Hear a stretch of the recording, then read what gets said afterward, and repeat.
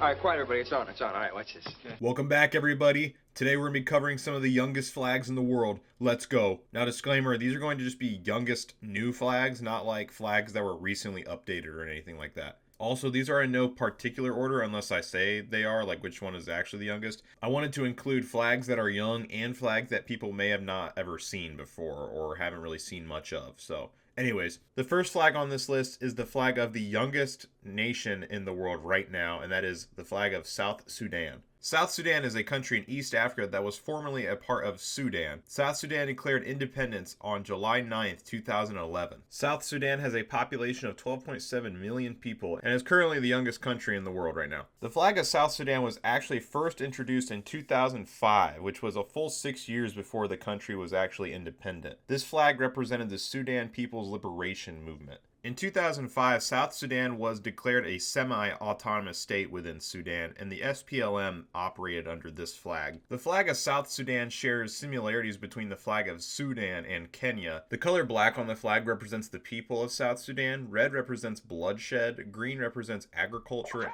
and natural wealth. I don't know why. I have been trying to say agriculture for like 15 takes. I don't know why it keeps just messing me up. White represents peace, still not purity. Blue represents the waters of the Nile River, and yellow represents unity of the states. Also, fun fact, before the flag was like standardized, apparently there was a version of this flag that had a tilted star instead of just a regular set star. Next flag on this list is the second youngest country in the world, and that is Kosovo. The flag of Kosovo was adopted in 2008 after the country declared itself independent from Serbia. Fun fact, the flag of Kosovo is one of two or three flags that feature the outline of its country. If you want more info on that, you should totally check out my other video about it. Kosovo is a country in Southeast Europe with a population of 1.5 million people. Featured on this flag is a blue background with a golden outline of the country and 6 stars on the flag representing the 6 ethnic groups within Kosovo. Those being Albanians, Serbs, Bosniaks, Turks, Romanis, and Goranis. Next flag on this list is the flag of the third youngest country in the world, and that is Montenegro.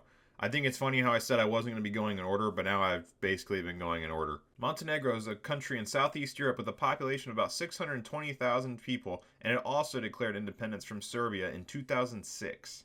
This flag was adopted in 2004 when Montenegro was a constituent of the State Union of Serbia and Montenegro. Fun fact, this is actually one of my favorite flags. It's not like my top 10. I'd say it's probably top 25 favorite flags. So the red on this flag symbolizes bloodshed for freedom, and the gold represents royal heritage and prosperity. But let's talk about this cool double-headed eagle here in the center. The double-headed eagle has roots with the Byzantine Empire, and it represents the unity of church and state. The eagle also has a crown, an orb, and a scepter, and these are basically symbols of power and divine authority. The lion in the center of the shield is also supposed to be a representation of the Lion of Judah, which symbolizes strength and Montenegro's spirit.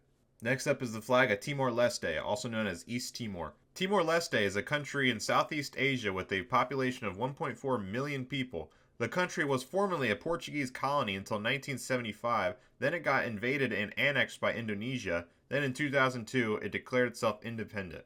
Featured on the flag are 2 isosceles triangles. Black symbolizes obscurantism, which is something that they must overcome. Yellow represents the wealth of the country, red symbolizes the struggle for liberation, and the white star is supposed to represent peace.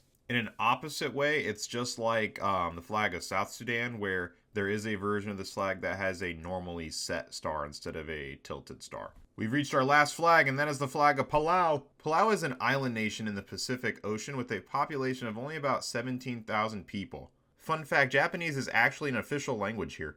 The flag of Palau was adopted in 1981, and when I first saw this flag, I thought the yellow disc was supposed to represent the sun, but it's actually supposed to represent the moon. The reason why the moon is featured on this flag is because apparently Palauans think that the full moon is the best time to do literally anything, whether it be celebrating, fishing, sowing, harvesting, or something called tree felling. If there's a full moon up, you'll see the Palauans doing something. The blue in the flag is sky blue, but it doesn't actually symbolize the sky. It actually symbolizes the Pacific Ocean. Now, I don't know if you noticed, but when I showed the flag of Japan, the sun in the center is in the center. But then when I switched over to Palau, it looked like the moon is to the left. It's a little bit off-centered.